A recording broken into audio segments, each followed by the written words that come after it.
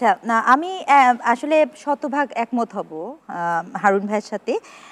গড়লের থেকে খুব গুরুত্বপূর্ণ, দেখেন আমাদের সকলের চাওয়া হচ্ছে এখন, হে মহান রাষ্ট্র আপনি আবির্ভূত হন।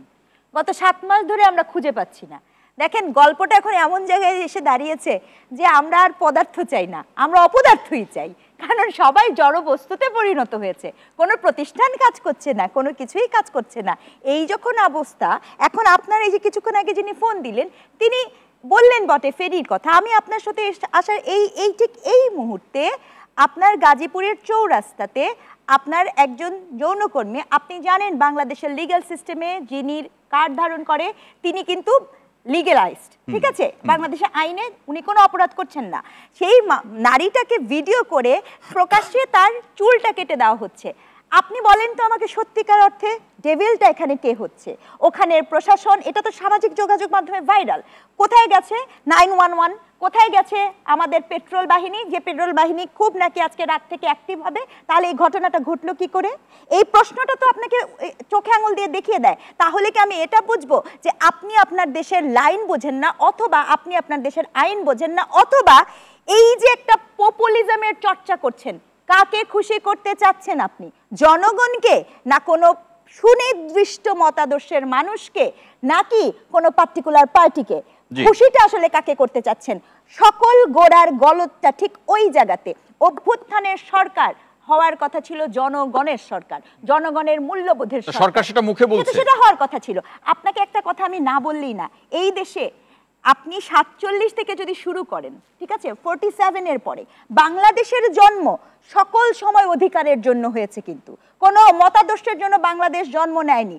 আপনি 52 বলেন, 71 বলেন, 90 বলেন, 2024 বলেন, প্রত্যেকবার জনগণ রাস্তায় নেমেছে তার অধিকারের জন্য, কোনো মতাদর্শকে প্রতিস্থাপিত করার জন্য, কোনো সংস্কৃতিকে প্রতিস্থাপিত করার জন্য, অথবা কোনো দলকে বসানোর জন্য কখনোই এদেশের মানুষ কিন্তু বসে নাই। এই সহজ সরল আমাদের রাজনৈতিক ইতিহাসের গল্পটা কি এই জনবান্ধবের সরকার, গণ অভ্যুত্থানের সরকার জানেন না? উনারা আসলে জানেনটা কি? আমাকে বলেন তো, বাংলাদেশ তো একটা কৃষি মন্ত্রণালয়, আপনারা তো এখানে অনেক গুরুত্বপূর্ণ, বাংলাদেশে নিশ্চয়ই কৃষি একটা গুরুত্বপূর্ণ মন্ত্রণালয়, স্বরাষ্ট্র একটা গুরুত্বপূর্ণ মন্ত্রণালয়। আমাকে বলেন, এই যে বর্তমান যিনি স্বরাষ্ট্র উপদেষ্টা, উনার তো বাংলাদেশে এত ব্রোকেন অবস্থা, ফ্রাজাইল অবস্থা, উনার তো 3-4টা হাত থাকা দরকার। উনি একাই স্বরাষ্ট্র মন্ত্রণালয়ের দায়িত্বে আছে, উনি একাই কৃষি মন্ত্রণালয়ের দায়িত্বে আছে। ঘটনাটা কি হচ্ছে?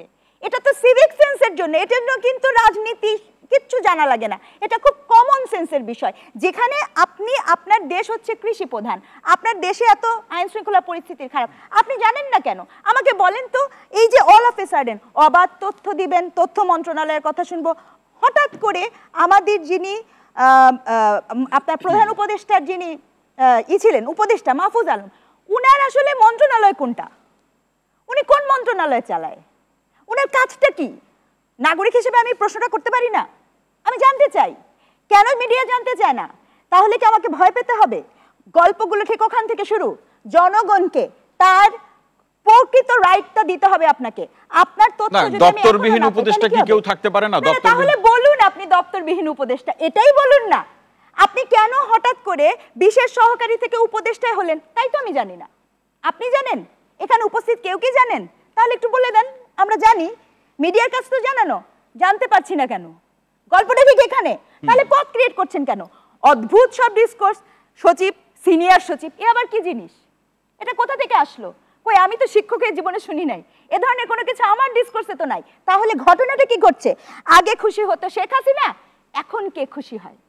এখন তাহলে কাকে খুশি করার চেষ্টা হচ্ছে? কাদেরকে খুশি করার চেষ্টা হচ্ছে? তাহলে গল্পটা কোথায় গেল? গণ অভ্যুত্থানের স্পিরিট কোথায় গেল? আপনি যদি ওই একই জায়গায় একই গল্প ঘুরে ঘুরে বলেন, তাহলে তো আমার এখানে বলার কিছু নাই, জনগণের আকাঙ্ক্ষার কিছু নাই। নির্বাচিত সরকার, আবারও বলছি, সংস্কৃতির পরিবর্তন খুব জরুরি। এই অভ্যুত্থানের মূল স্পিরিট ছিল সংস্কৃতির পরিবর্তন হওয়া, দুর্নীতির পরিবর্তন হওয়া। আপনি বলতে পারেন যে এখন চাঁদাবাজি হয় না? এখন কি আপনি বলতে পারেন ঘুষ হয় না? একটা কথাও সত্য না।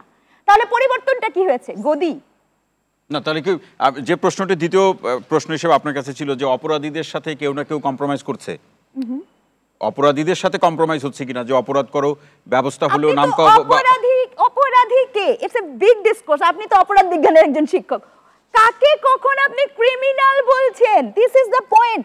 আমি তো এখানে অপরাধী না, আমি তো এখানে দেখি খুঁজে খুঁজে ওই যে হয় কোন একটা পলিটিক্যাল, আরো একটা কথা বলি, কোড অ্যান্ড কোড, পুঁটি মাছ ধরে আপনি ডেভিল হান্ট হন। মাফিয়ারা সব বিদেশে যে এটিম করে, পালায় যায়, আপনার ভিডিও রেকর্ড দেয়, যারা কিনা ইউএন এর রিপোর্টে অপরাধী, তাহারা কেউ ডেভিল হন না। আপনার মনে হয় ওই ওয়ার্ডের মোকাদ্দেস হচ্ছে ডেভিল। তার মানে কি আরো একটি এই ডেভিলদের ধরার জন্য, যে ডেভিলের কথা আপনি বলছেন, যারা সত্যিকার অর্থে এই পরিস্থিতির অবনতি ঘটানোর ক্ষেত্রে পিছনে বা সামনে থেকে কাজ করছে, এদের নিয়ন্ত্রণ করা বা এদের আইনগত প্রক্রিয়ার মধ্যে আনার জন্য আরো একটি অপারেশন বা অভিযান প্রয়োজন? না, আমি মনে করি এটি সম্পূর্ণরূপে একটা political rhetoric to make some people happy. এটা কোনোভাবে আইন শৃঙ্খলা পরিস্থিতির সাথেও যুক্ত না। উপায় কি? কিছু উপায় কি? উপায় হচ্ছে সহজভাবে আপনি যোগ্য লোককে যোগ্য জায়গায় দেন। আমি নাগরিক হিসেবে জানতে চাই কি হেতু কারণে এই যে সাখাওয়াত হোসেন, উনি একজন যোগ্য লোক ছিল, এই যোগ্য লোকগুলোকে আপনি সরাচ্ছেন কেন? যোগ্য পজিশনে বসাচ্ছেন না কেন? আমি জানতে চাই আপনার উদ্দেশ্য কি। আপনি জানতে চাই আপনি কি ইনস্টিটিউশন, এতগুলো কমিশন হয়েছে, এতগুলো কমিশন তো রিপোর্ট দিল, এতগুলো কমিশনের নিশ্চয়ই খরচও হয়েছে, তারপরে কি হলো? এখন সেই কমিশনগুলো কি হলো? হচ্ছেটা কি?